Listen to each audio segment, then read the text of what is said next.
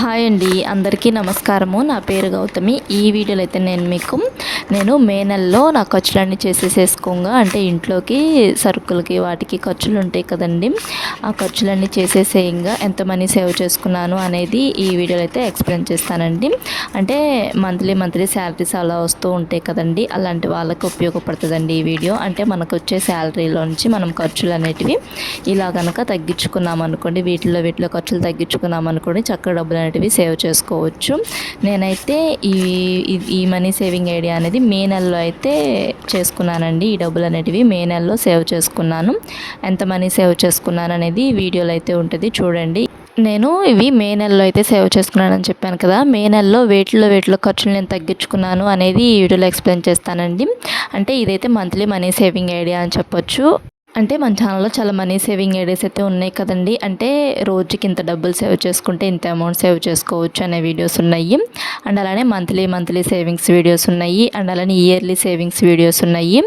And అలానే 2 ఇయర్స్కి 5 ఇయర్స్కి డబ్బులు సేవ్ చేసుకుంటే ఎంత మనీ సేవ్ చేసుకోవచ్చు అనే వీడియోస్ కూడా ఉన్నాయి కదండి. అండ్ అలానే పోస్ట్ ఆఫీస్కి సంబంధించిన వీడియోస్, గోల్డ్ స్కీమ్కి సంబంధించిన వీడియోస్ కూడా ఉన్నాయి కదా మన ఛానల్లో. ఎవరికైనా కావాలి అనుకుంటే చూడండి. అండ్ మనకు వచ్చే శాలరీని మనం ఎలా ఖర్చులు చేసుకోవాలి, ఎలా ఖర్చులు చేసుకుంటే డబ్బులు సేవ్ చేసుకోవచ్చు అనే వీడియోస్ కూడా ఉన్నాయి. అంటే నేను ప్రతిసారి కూడాను మంత్లీ మనీ సేవింగ్ ఐడియాస్ అలా చూపిస్తూ ఉంటాను కదా, అలా ఏ రోజు డబ్బులు ఆ రోజు సేవ్ అయినా చేసుకోవచ్చు. లేదు అనుకుంటే ఇలా మనం చేసే ఖర్చుల్లోనే చక్కగా ఇలా ఖర్చులు అనేటివి తగ్గించుకొని చక్కగా సేవ్ చేసుకోవచ్చు అండి. అంటే మనకి మంత్లీ ఇంట్లో ఖర్చులు చేయమని చెప్పి హస్బెండ్స్ శాలరీస్ అవి ఇస్తూ ఉంటారు కదండి, ఆ చేసే ఖర్చుల్లోనే మనము కొన్నిట్లో ఖర్చులు తగ్గించుకున్నాం అనుకోండి, చక్కగా డబ్బులు అనేటివి సేవ్ చేసుకోవచ్చు. నేను వేటిలో ఖర్చులు తగ్గించుకున్నాను అనేది ఈ వీడియోలో ఉంటుంది. నేను నెక్స్ట్ వీడియోలో మాకు వచ్చే శాలరీ ఎంత, నేను వాటిలో ఎంత ఖర్చులు చేస్తాను, ఎలా మేనేజ్ చేసుకుంటాం మేము ఖర్చులు అనేటివి, అండ్ ఈఎంఐ కూడా కడతామండి మేము. ఈఎంఐ ఎంతో తీసుకున్నాము అనేది కూడా నేను మీకు నెక్స్ట్ వీడియోస్లో అయితే చెప్తానండి. ఇంకా ఇప్పుడు ఈ వీడియోలో నేను మే నెలలో ఖర్చులు ఎలా చేసుకున్నాను, ఆ ఖర్చులు చేసుకొని ఎలా డబ్బులు సేవ్ చేసుకున్నాను అనేది ఈ వీడియోలో ఉంటుందని చెప్పాను కదా. ఇంక ఇప్పుడు మే నెలలో మామూలుగా అయితే మేము సరుకులు అన్నీ తీసుకొచ్చుకున్నామంటే, అంటే నేను మార్చి నెల సరుకులు అండ్ గ్యాస్, బియ్యము అలా మార్చి నెల తెచ్చుకుంటూ ఉంటాం మేము. సరుకులు ఒక నెల తెచ్చుకున్నాం అనుకోండి, నెక్స్ట్ మంత్కి కూడా ఉపయోగపడేలాగా తెచ్చుకుంటాము. అండ్ బియ్యం కూడా అంతేనండి, 2 మంత్స్కి వచ్చేలాగా తెచ్చుకుంటాము. అండ్ గ్యాస్ కూడా 2 మంత్స్ అలా అయితే వస్తుంది. ఇంకా ఇవైతే ఈ మే నెలలో అయితే ఈ ఖర్చులన్నీ ఉన్నాయండి. లేకపోతే ఇంకా కొంచెం ఎక్కువ డబ్బులు అనేటివి సేవ్ చేసుకోవచ్చు. ఈ ఖర్చులన్నీ ఉన్నాయి కాబట్టి నేను ఈ నెలలో కొంచెం తక్కువ డబ్బులే సేవ్ చేసుకున్నాను. అవి ఎంత సేవ్ చేసుకున్నాను అనేది చెప్తాను.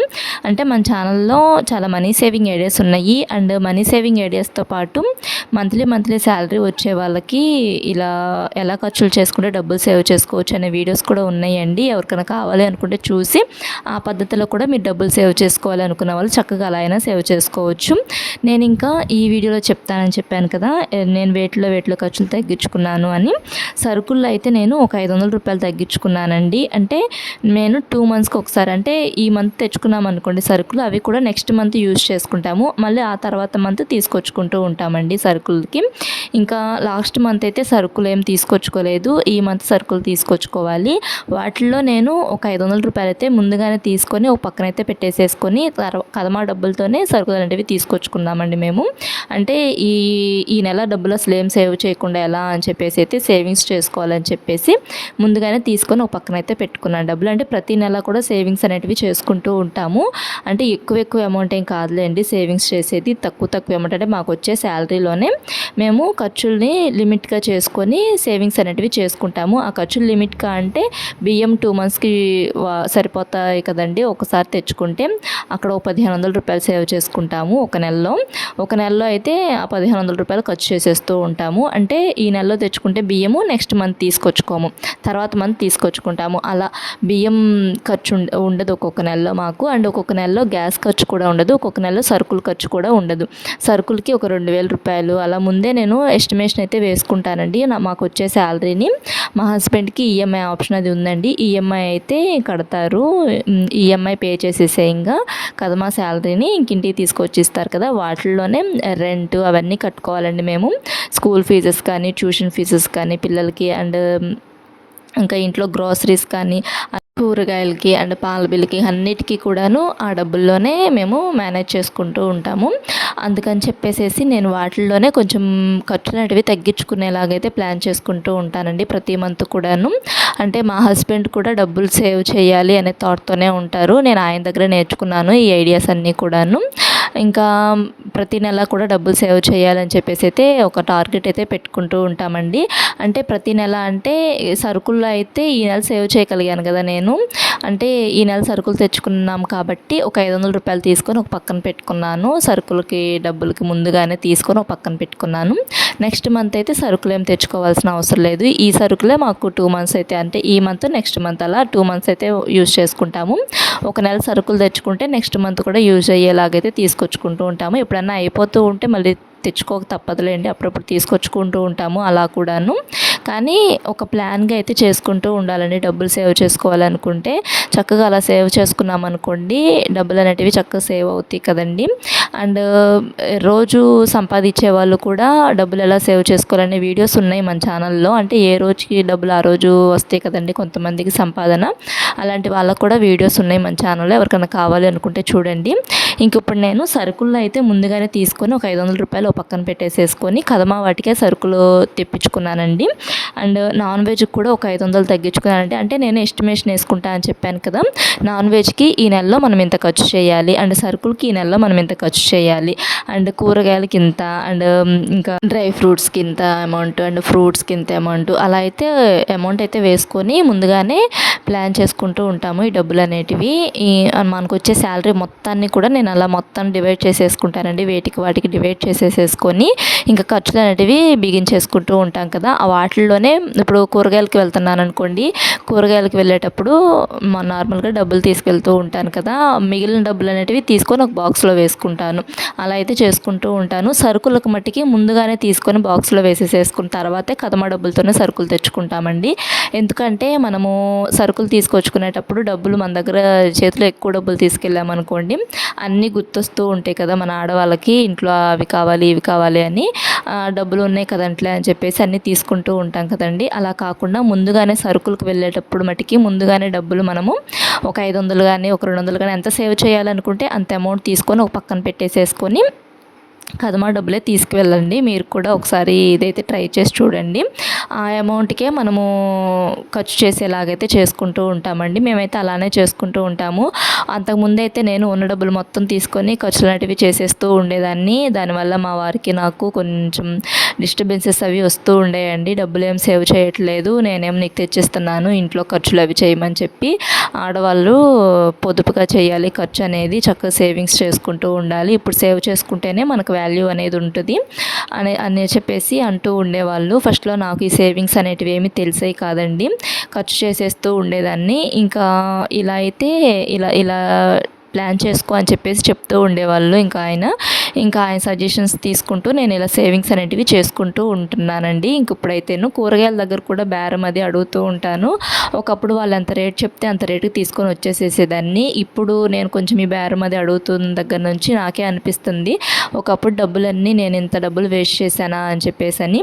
అంటే మనము మార్కెట్కి అలా వెళ్ళామనుకోండి కూరగాయలకి, వాళ్ళు చెప్పిన రేటుకి మనం తీసుకొచ్చుకోకూడదు. వాళ్ళు చెప్పిన రేటుకి ఒక ₹5 కానీ ఒక ₹10 కానీ తగ్గించి అడిగినా కానీ ఇస్తారండి. చక్కగా అలా అయితే తీసుకొచ్చుకోవచ్చు. నేను కూరగాయల దగ్గర అలానే తెచ్చుకుంటూ ఉంటాను. నేను ఇంకా సరుకుల దగ్గర అయితే ముందే తీసుకుంటానని చెప్పాను కదా, సరుకుల దగ్గర అయితే ముందుగానే ఒక 500 తీసుకొని పక్కన పెట్టుకుంటాను. తర్వాత ఇంకా నాన్ వెజ్లో కూడా ఒక ₹500 అయితే తీసుకొని పక్కన పెట్టుకున్నాను ముందుగానే, కదమా డబ్బులే మనం ఖర్చులు చేయాలి అని చెప్పేసి. ఇంకా ఎగ్స్ అయితే నేను 200 ఎస్టిమేషన్ అయితే వేసుకున్నానండి. అంటే 4 వారాలకి 200 చొప్పున అయితే వేసుకున్నాను ఎగ్స్ తెచ్చుకోవాలని చెప్పేసి. ఎగ్స్ ఇప్పుడు ₹180 అంటండి. ₹20 అయితే నాకు ఈ 4 వారాలు కూడా సేవ్ అయినాయి. అంటే మేము కూరగాయలు వారానికి ఒకసారి అలా తెచ్చుకుంటూ ఉంటాము. కూరగాయలతో పాటు ఎగ్స్ కూడా తెచ్చుకుంటాము. హోల్సేల్ షాప్స్లో తీసుకొచ్చుకోండి, ఎగ్స్ తక్కువ అమౌంట్కి అయితే వస్తాయి. ఇంకా తర్వాత వెజిటేబుల్స్ అండి, వెజిటేబుల్స్ కూడాను వారానికి తెచ్చుకుంటూ ఉంటామని చెప్పాను కదా. ఈ వారము తెచ్చుకున్నవి నెక్స్ట్ వారానికి కూడా కొన్ని కొన్ని కూరగాయలు ఉంటాయి.